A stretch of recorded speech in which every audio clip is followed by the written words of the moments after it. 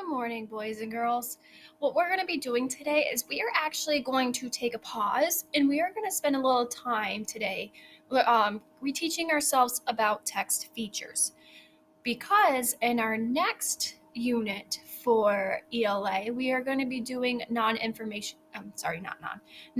text, informational expository text, which are books that teach us information, kind of like the one we just read, but we're going to have more examples. And I really want you to learn what text features are and what they look like. I know we've already done this before, but I really would like us to review a little bit so that way we become more familiar with them. So here I have just a couple slides, and I'm going to review some of the text features that you see in books.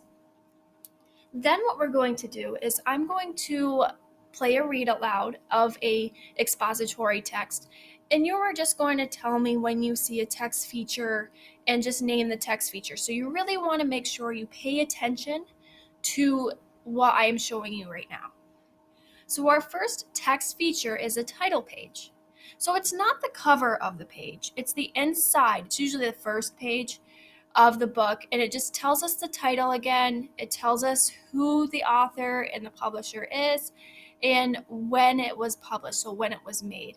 So this book is Vegetables, that's the title, and it was published Joel Jones in Paris, France, and it was in 2013.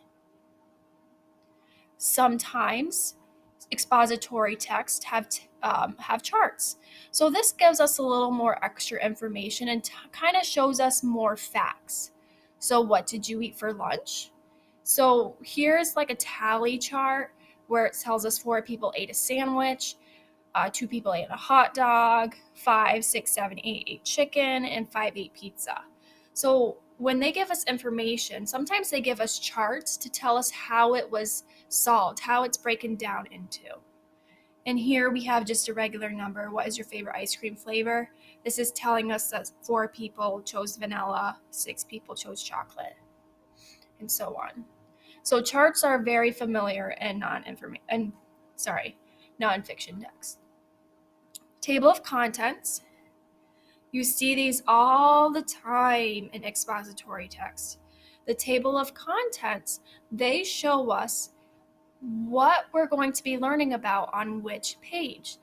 This helps us a lot because say that we are trying to find out certain information. Instead of reading the whole entire book over again, I can just see where it would fit in some of these titles. So all at the movies. Maybe I'm trying to learn about something, what happens at movies. So I would just skip to page 15 instead of starting at page 1. So again, these are called the table of contents. The index. So the index is at the end of the book. It's kind of like the table of contents, but it gives us more. So if you are looking for a specific item or topic, you can go see if it's in the index, and it goes alphabetical order. And it'll tell you the exact page it's on. So if you are trying to look up something about cows, well, cows start with the letter C. Cows, so I can look on page 4, 6, or 33. Those all have information about cows. Not going to do that one. Okay, glossary. So glossary is kind of the book's personal dictionary. If there is a big word in a book and it's bolded, it's big black letters like this one, like glossary is, it's in the back of the book, and it tells you exactly what it means. So say if you don't know what glue is and it's in the book, well, you notice that it's in big bold letters or it's underlined. So you go back to the end of the book and it tells you what it means: a sticky solid that holds paper together. So glossary, again, is at the end of my book. Heading. Heading is the most popular text feature you will see in a book. So a heading is kind of like a smaller title. each page that has different information is going to give you a heading, and that is going to tell you what you're going to be reading about. So, all about fish is going to be information about fish. It's not going to be about elephants. It's not going to be about how to play soccer. It's only going to be about fish. Let's give that. Okay, illustrations and photographs. So an illustration and photographs are two separate images. A photograph is an actual picture of an item. It's a real picture. Illustrations are drawn. You can tell a lot of ways that the book has real information if it has real pictures. A timeline. So people get confused on what timelines are. So let me just explain. So a timeline is a diagram that shows events in order. So if you see down here, we have 1732, 1759. These are dates. So it'd be like if I said 2011, 2012, 2013, 2014. These are going in order. And each date has something that happened on that date. So George Washington was born. That's the first thing that happened. During the year of 1759, George marries Artha Cutis on January 6th. So it goes in order. It's not going to tell us that he was born over here. Okay? So timeline are just dates of events that happened in order. A caption. Captions are very popular in expository text. Captions are the words underneath the picture to tell us what they are showing us. So here is a picture of Saturn, and it's saying Saturn is the sixth planet from the sun. Saturn has many rings of rock, ice, or orbit the planet. It's just giving us a little extra information about the picture. Diagram. You're going to be seeing a lot in the read aloud for diagram. This is just a picture, and diagrams have arrows showing different parts of the picture. So it's usually of an object, and it's just giving us the parts of the object. So here's the arm, eyepiece, stage, and base. A text box are very popular. Text box give us more information. So if you ever see outside of the story, you see a separate box. It's kind of usually in a different color background. It's just separate information giving us more. We all know what a map is. So you'll see maps in expository text. They just kind of tell us where something is. Here's another example. Oops, come on. Here's another example of a map. It could be more realistic, or it can be like a map of a house. There are different types of maps. Bullet points, graphs you will see a lot. This is kind of like a chart, but a graph kind of gives us a little more of a breakdown. Like this is a pie graph, a line graph, a bar graph. So you'll see graphs. Okay, so those are the major text features I wanted to go over. Now I have just a short read aloud. I'm not going to read the whole story to you, but I just want to make sure we cover the major text features. So I'm going to let this play, and then this is going to be on Edpuzzle, so it is going to stop and ask you questions.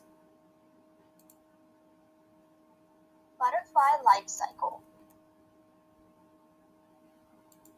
Written by Jeff Bauer. As you can see, this book has some great text features. Let's start with the table of contents. It tells us what each chapter is called and what page to find it on. We also have a glossary in this book as well. So stay tuned for the glossary and a little comprehension question game at the end.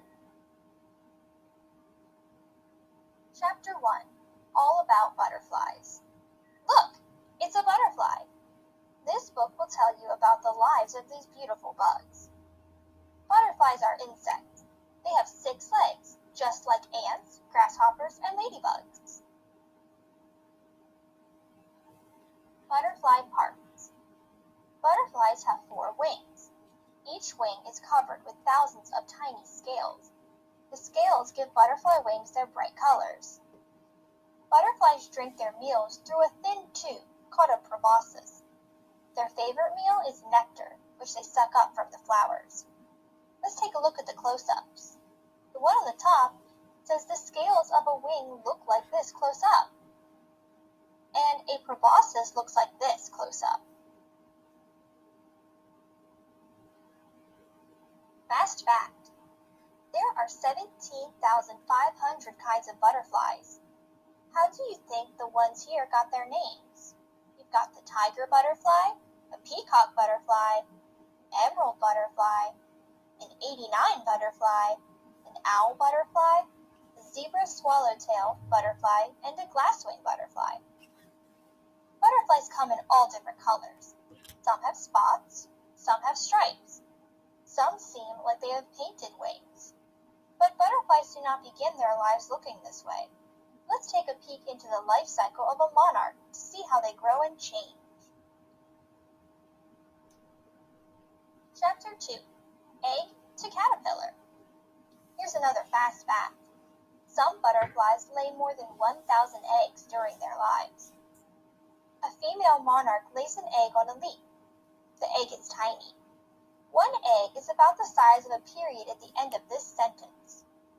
After a few days, the egg hatches. Out wiggles a hungry caterpillar. First, the caterpillar eats its own eggshell. Then, it starts munching leaves. Newborn caterpillars look like this. Monarch caterpillars only eat milkweed plants. Crunch, crunch, crunch. The caterpillar keeps eating and growing and changing. It starts out small and white, but soon it becomes long and covered with colorful stripes. After about 2 weeks, the caterpillar takes a rest. It attaches to a twig or leaf and hangs upside down. Something amazing is about to happen. Here's another fast fact. Monarch caterpillars have 16 little legs. Chapter 3. Chrysalis to Butterfly. The caterpillar becomes a wrapped up package called a chrysalis. Inside the package, exciting changes are taking place. The chrysalis turns from green to clear. Presto changeo! The caterpillar has become a butterfly. Here's a fast fact. A chrysalis protects a caterpillar as it changes into a butterfly. Chapter 4. All Grown Up. Monarchs travel in big groups called flocks. In fall, monarch butterflies do what birds do. They fly south for the winter. This is called migration. Some monarchs go to California, and some go to Mexico. Along the way, they rest in trees. This map shows where monarchs migrate. Some travel 3,000 miles. Here's our last fast fact. Monarchs are poisonous to birds and other animals. Their bright wings say, "Don't eat me." In early spring, the monarchs fly back north. A female lays an egg on a leaf. Then, the butterfly life cycle will begin all over again. As you can see, we've reached the glossary. It tells us the definitions of the keywords or words in bold we saw earlier in the book, like chrysalis or nectar.